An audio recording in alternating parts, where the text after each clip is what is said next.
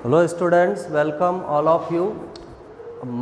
Chapter number 22 मानव के पाचन तंत्र के अंदर हमें सबसे पहले पाचन की परिभाषा के बारे में पढ़ना है कि पाचन की परिभाषा क्या होती है। सेकंड, इसके बाद पढ़ना है कि पाचन तंत्र जो है मनुष्य का वो किन किन संरचनाओं से मिलकर बना होता है। तो सबसे पहले पाचन जो शब्द है उसका मतलब होता है भोजन के अंदर उपस्थित जटिल और अघुलनशील अणुओं का सरल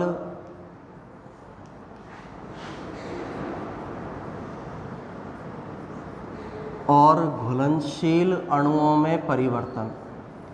यानी हमारे भोजन में जो भी जटिल और अघुलनशील अणु पाए जा रहे हैं उनको सरल और अघुलनशील अणुओं के अंदर बदलने की क्रिया पाचन कहलाती है। जैसे इसका सीधा सा एक एग्जाम्पल है, भोजन के अंदर हमने प्रोटीन को ग्रहण किया तो प्रोटीन जो है वो रक्त के अंदर डायरेक्ट नहीं घुल सकता है, प्रोटीन का रक्त में डायरेक्ट अवशोषण नहीं हो सकता है, अघुलनशील है वो और जटिल अणु है। तो पाचन की क्रिया में इस प्रोटीन को अमीनो अम्लों के अंदर तोड़ा जाता है। यानी जो भी भोजन के साथ हमने प्रोटीन को ग्रहण किया है उस प्रोटीन को अमीनो अम्ल के अंदर तोड़ा जाएगा। प्रोटीन जटिल अणु है, अघुलनशील अणु है, रक्त के अंदर ये डायरेक्ट नहीं घुल सकता है। सेकंड, जो अमीनो अम्ल इससे बना है सरल अणु है और रक्त में आसानी से क्या हो जाता है, घुल जाता है। तो जटिल और अघुलनशील अणुओं को सरल और घुलनशील अणुओं में बदलने की क्रिया पाचन कहलाती है। सेकंड, दूसरा एग्जाम्पल हम ले सकते हैं लिपिड का। लिपिड जो है या वसा जो है उसको बसीय अम्ल और ग्लिसरॉल में बदला जाता है। भोजन में जो भी लिपिड हम ग्रहण कर रहे हैं उसको उसके सरल रूप और घुलनशील रूप बसीय अम्ल और ग्लिसरॉल के अंदर परिवर्तित किया जाएगा या बदला जाएगा। इसे भी क्या कहा जाता है, पाचन। तीसरा, कार्बोहाइड्रेट का एग्जाम्पल है। जैसे हमने जटिल कार्बोहाइड्रेट ली, जैसे जटिल कार्बोहाइड्रेट का उदाहरण है स्टार्च। इस जटिल कार्बोहाइड्रेट को इसके सरल रूप ग्लूकोज के अंदर बदला जाता है। तो पाचन ऐसी प्रोसेस है जिसमें जटिल और अघुलनशील अणुओं को सरल और घुलनशील अणुओं के अंदर बदला जाएगा या परिवर्तित किया जाएगा, उस प्रक्रिया को पाचन कहते हैं। सेकंड, पाचन तंत्र हमारे शरीर में जिस तंत्र के द्वारा पाचन को संपन्न किया जाता है, पाचन को संपन्न किया जाता है, उस तंत्र को पाचन तंत्र के नाम से जाना जाता है। यानी हर प्रक्रिया के लिए एक अलग प्रकार का तंत्र हमारे शरीर के अंदर पाया जाता है। पाचन के लिए जो मिलेगा उसे पाचन तंत्र कहते हैं, श्वसन क्रिया के लिए जो तंत्र मिलेगा उसे श्वसन तंत्र कहते हैं, परिसंचरण के लिए जो तंत्र मिलेगा उसे परिसंचरण तंत्र के नाम से जाना जाता है।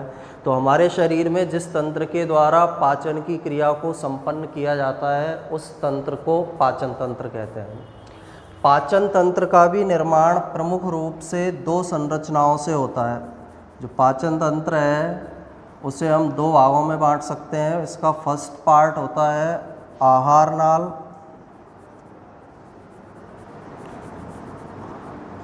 और इसके दूसरे भाग को बोला जाता है पाचक ग्रंथियां।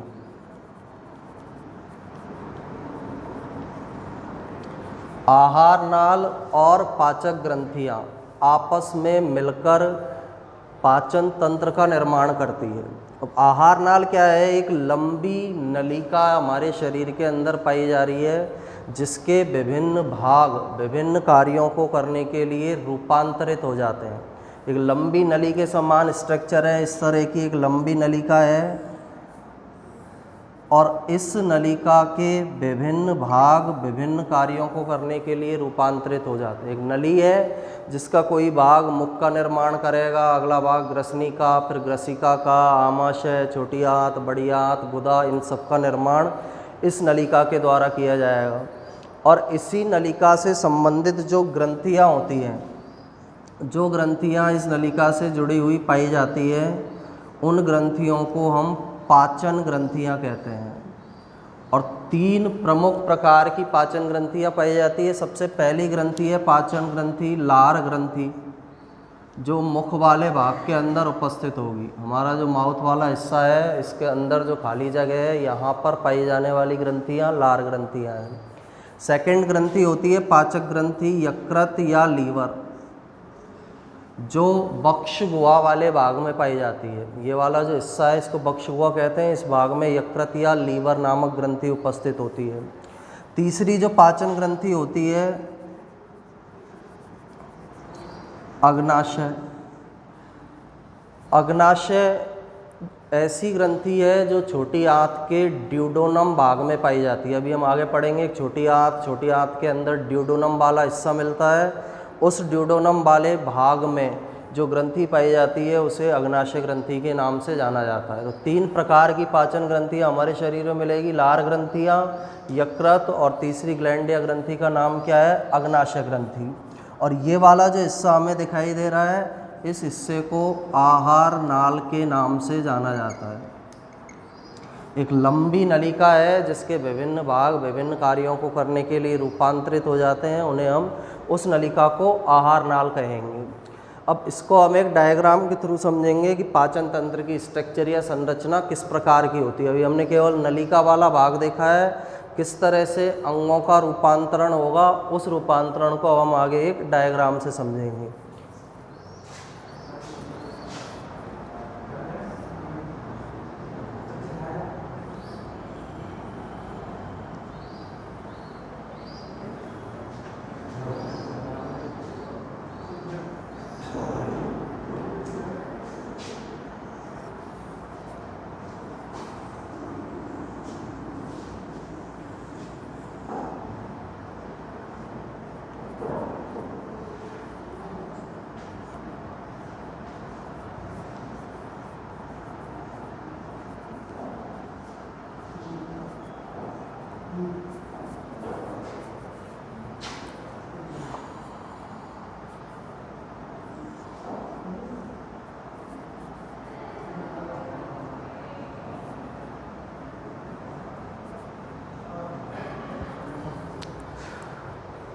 तो आहार नाल, ये जो हमने बनाई है एलिमेंट्री कैनाल या आहार नाल का डायग्राम है।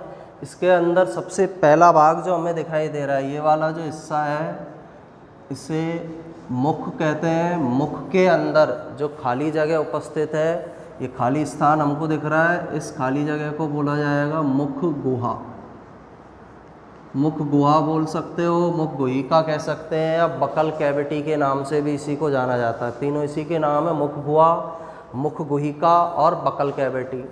इसके बाद ये मुख गुहा वाला पार्ट यहाँ पर ख़त्म होता है। इसके बाद जो हिस्सा शुरू होगा, यहाँ से यहाँ तक का हिस्सा ग्रसनी कहलाता है। मुख गुहा यहाँ पर ख़त्म होगी। मुख गुहा के बाद जो हिस्सा नली के समान हिस्सा है जो नीचे की ओर जा रहा है, उसे ग्रसनी के नाम से जाना जाता है। ग्रसनी के बाद ये जो हिस्सा हमें दिखाई दे रहा है आहार नाल का,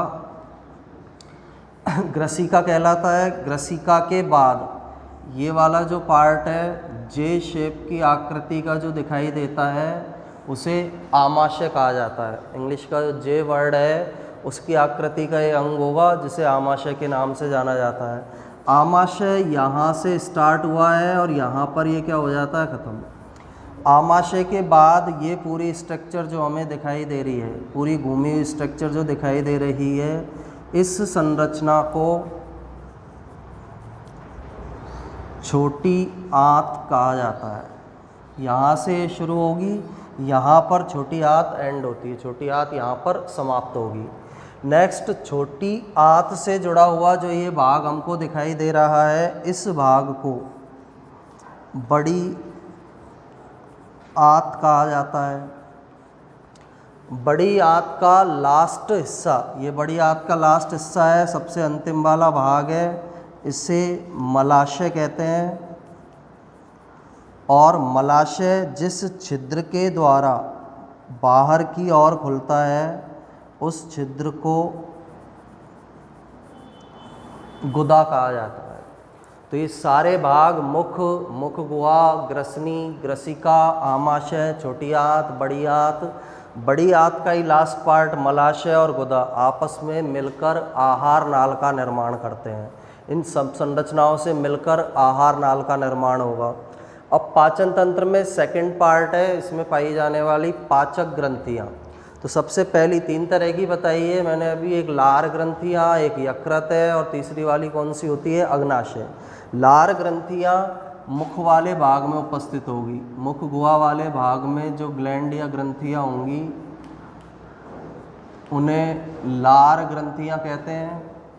इसके बाद जो ये स्टमक या आमाशय वाला हिस्सा है, यहाँ पर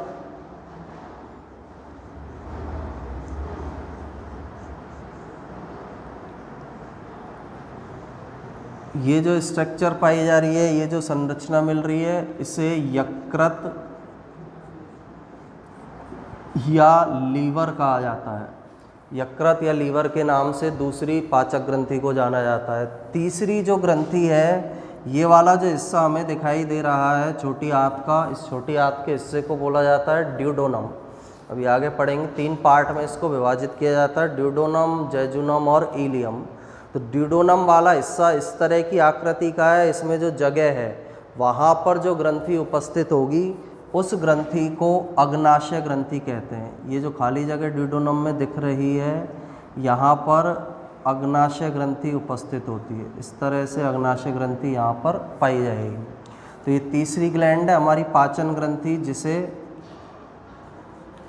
अग्नाशय के नाम से जाना जाता है। तो 3 प्रकार की पाचन ग्रंथियाँ पाचन तंत्र के अंदर पाई जाती है। फर्स्ट लार ग्रंथियाँ, सेकंड यकृत या लीवर, और तीसरी जो स्ट्रक्चर या ग्रंथि पाई जा रही है उसे अग्नाशय कहा जाता है। तीनों पाचक रसों का स्त्रवण करती है और इन पाचक रसों के द्वारा जो भोजन अंदर आया है हमारे शरीर में, आहार नाल में आया है, उसका पाचन किया जाता है। ये जो भाग है, इन ग्रंथियों के अलावा पूरा भाग, नलिका के समान जो भाग, इस नलिका के समान भाग को आहार नाल कहेंगे। आहार नाल के भाग प्रमुख भाग होते हैं मुख, मुख गुहिका, ग्रसनी, ग्रसिका, आमाशय, छोटी आंत, बड़ी आंत। बड़ी आंत का ही लास्ट हिस्सा मलाशय, और मलाशय जिस छिद्र के द्वारा बाहर खुलेगा उसे गुदा के नाम से जाना जाता है। तो इन पार्ट्स के बारे में हमें पढ़ना है। सबसे पहले आहार नाल, आहार नाल की लंबाई कितनी होती है, मरने पर आहार नाल की लंबाई पर क्या फ़र्क पड़ता है, उसके बाद आहार नाल के प्रमुख भागों को पढ़ेंगे और लास्ट में पाचन ग्रंथियों को। तो आहार नाल सबसे फर्स्ट इसके अंदर जो हमें पढ़ना है वो है आहार नाल या एलिमेंट्री कैनाल।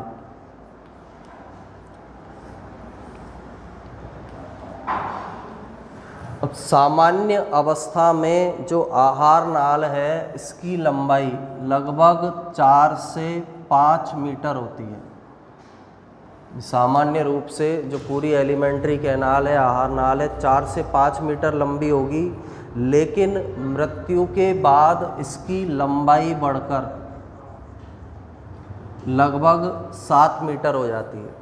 यानी जीवित अवस्था में आहार नाल की लंबाई 4 से 5 मीटर पाई जाती है, लेकिन जब किसी व्यक्ति की मृत्यु हो जाती है, मरने के बाद आहार नाल की लंबाई बढ़कर 7 मीटर हो जाएगी।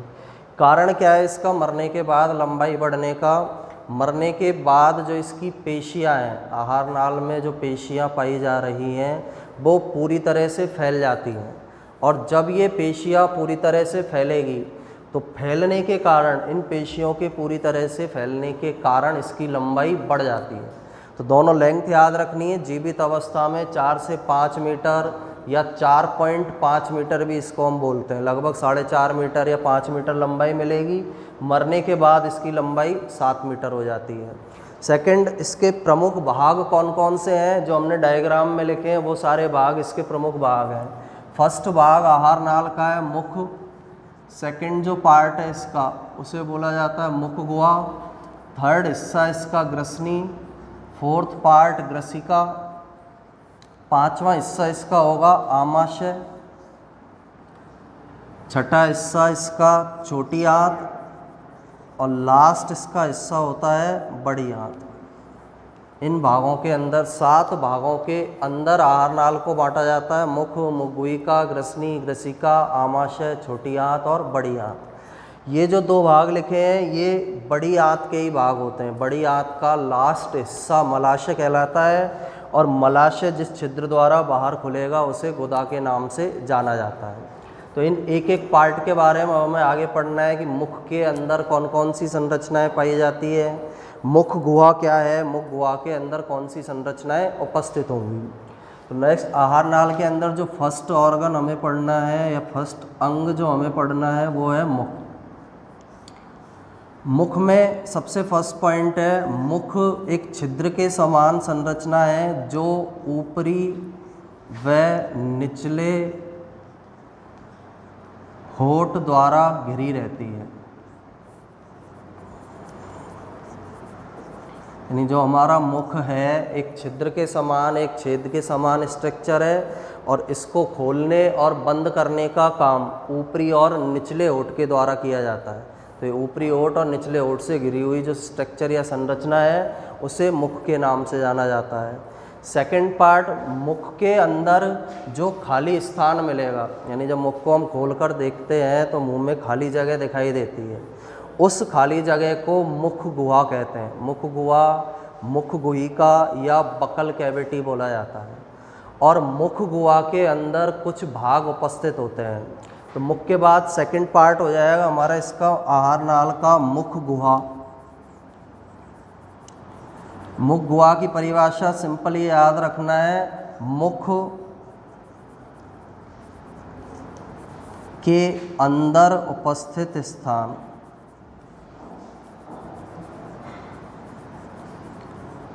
मुख के जो अंदर उपस्थित स्थान है उस स्थान को मुख गुहा कहते हैं।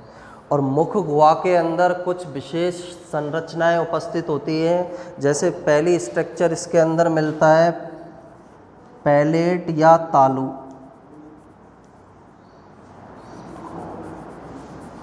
फर्स्ट जो पार्ट मिलेगा मुख गुहा में उसे बोला जाता है पैलेट या तालू। जो मुख गुहा है उसके ऊपर वाले हिस्से में जो मिलेगा, जब हम जीभ से ऊपर वाले हिस्से को टच करते हैं तो जो भाग हमारे आता है जीभ के टच में, जीभ के स्पर्श में जो भाग आता है उसे पैलेट या तालू कहते हैं। और तालू की एक विशेषता होती है, आगे वाला जो हिस्सा पैलेट का है या तालू का है वो कठोर होता है और पीछे वाला हिस्सा नरम होता है।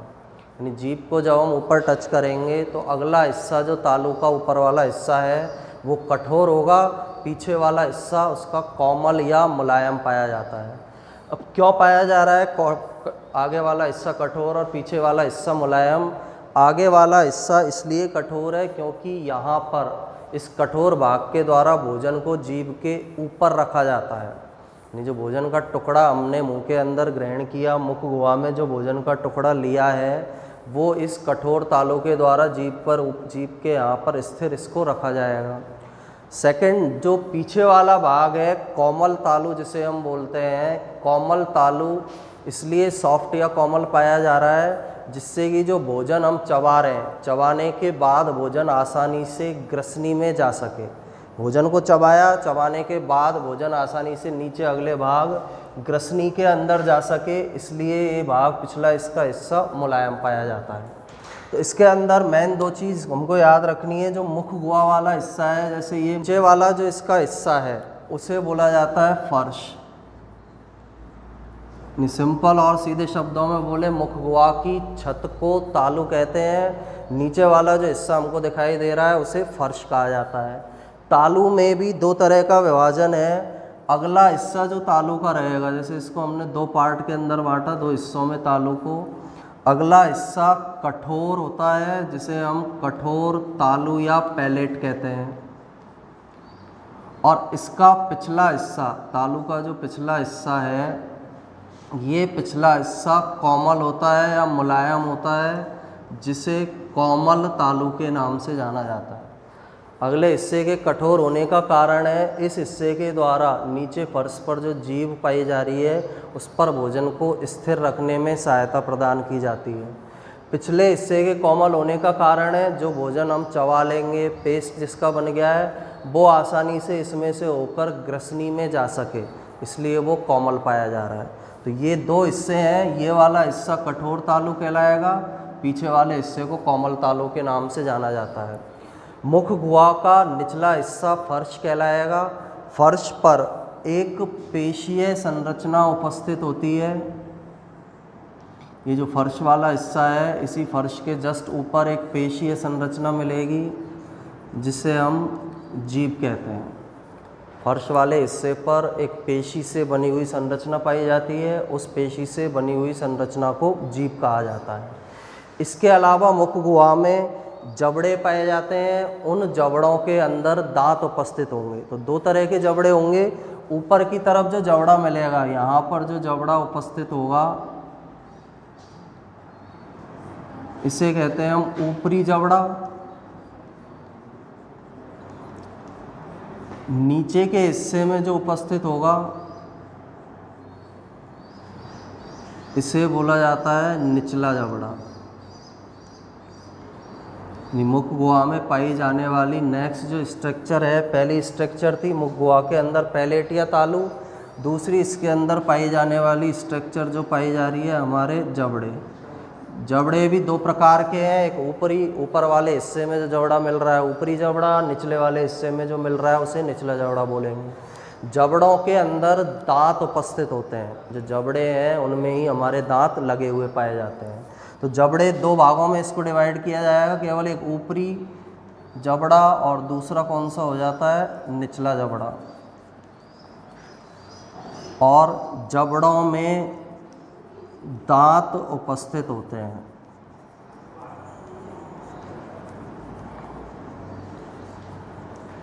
इसके बाद तीसरा भाग जो मुख गुहा के अंदर पाया जा रहा है, दांतों के बारे में अभी हम आगे पढ़ेंगे डिटेल में। थर्ड भाग जो होता है उसे बोला जाता है जीभ। जीभ मुख गुहा में पाई जाने वाली पेशीय संरचना है। जैसे हमारे हाथ पैरों में पेशियां पाई जाती है, उसी तरह की पेशी से किसका निर्माण होता है, जो जीभ स्ट्रक्चर या संरचना दिख रही है इसका निर्माण होगा। और जीभ पर अनेक स्वाद कलिकाएं उपस्थित होती हैं।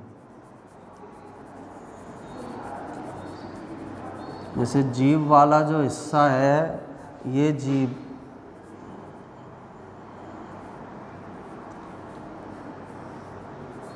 इस जीभ पर अनेक स्वाद कलिकाएं मिलेंगी। जैसे यहाँ पर अगले हिस्से पर स्वाद कलिकाएं पाई जा रही हैं, यहाँ साइड में जो है स्वाद कलिकाएं उपस्थित होंगी, और लास्ट में यहाँ पर भी क्या उपस्थित होती हैं, स्वाद कलिकाएं पाई जाती हैं।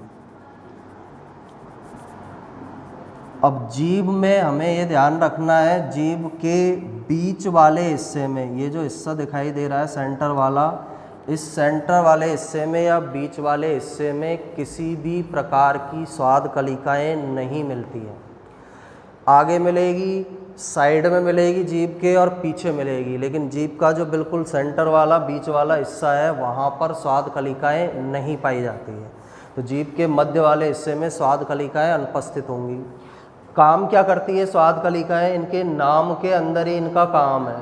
जो भी भोजन हम ग्रहण कर रहे हैं उस भोजन के स्वाद को बताने का काम इन स्वाद कलिकाओं के द्वारा किया जाता है। तो स्वाद कलिकाएं हमें भोजन के स्वाद की जानकारी प्रदान करती है, इनसे हमें भोजन के स्वाद का पता चलता है। इसके बाद नेक्स्ट स्ट्रक्चर जो है वो हम नेक्स्ट लेक्चर के अंदर स्टडी करेंगे, कौन कौन सी संरचनाएं इसके अंदर उपस्थित होती है। Thank you.